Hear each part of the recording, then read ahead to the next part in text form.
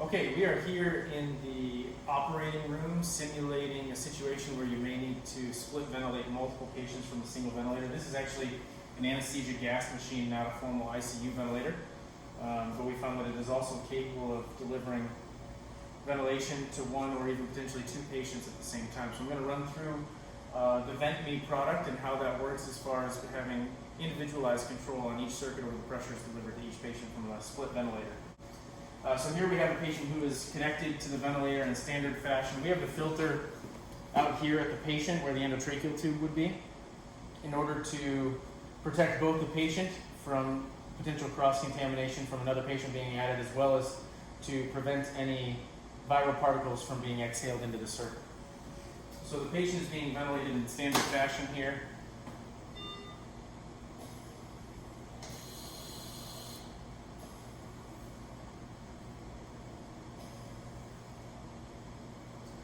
And what we're going to do now is we're going to bring in the VentMI circuit and connect this up in standby mode to demonstrate how this can be done sequentially. So you see the green cap here. We're going to bring in the splitter, disconnect the patient from the inspiratory side here, hook this patient up to the regulator, and they would be able to continue ventilating, and then we'll bring in the other Y splitter. We also advocate putting a separate filter on here to help protect the ventilator from any viral particles that may be circulating around in the system. And with the caps in place here, you're able to ventilate this single patient in the same exact fashion that you were just a moment ago, now that it's reestablished ventilation. This here is what we've referred to as the standby mode for ventilation. Ready for a second patient to be wheeled over and connected to the ventilator. Okay, so we have patient one being ventilated from an anesthesia gas machine using the VentMI splitter with the standby mode in place. And so now we're going to wheel in another patient simulated here with the green balloon. As you can see, we put a little tape on each circuit, color coding the circuit so you can keep them straight. And on the VentMI system with the splitters here, when you're getting ready to bring in patient number two, you would disconnect the caps here and plug this patient in.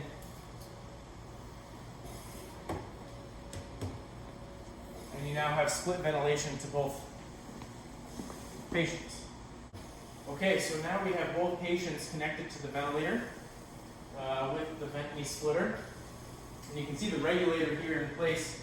The regulator has been screwed all the way down so that both patients are receiving the same inspiratory pressure. So the next step is to bring in some sort of pressure monitoring system. The way we do this is using a simple A-line pressure transducer, which can then be connected directly to the patient's vital sign monitor.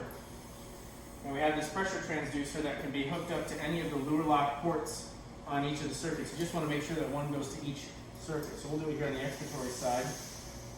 Patient one, the blue patient, and patient two, the red patient. And when you have these connected here, you can now see that the pressure transducer is actually tracing the pressures of each patient, the inspiratory and expiratory pressures of each patient here in millimeters of mercury. With a simple conversion, you can calculate the centimeter of water that each patient is seeing on the inspiratory and expiratory side. So the peak, plateau pressures, etc. So now, if we wanted to down-regulate the blue patient, which actually has the yellow balloon here, we would start dialing back the pressure regulator here, and you can actually watch in real time as you can reduce the inspiratory pressure of the blue patient. You can reduce this even further to whatever pressure point you think needs to be utilized for adequate tidal volume and ventilation of that patient.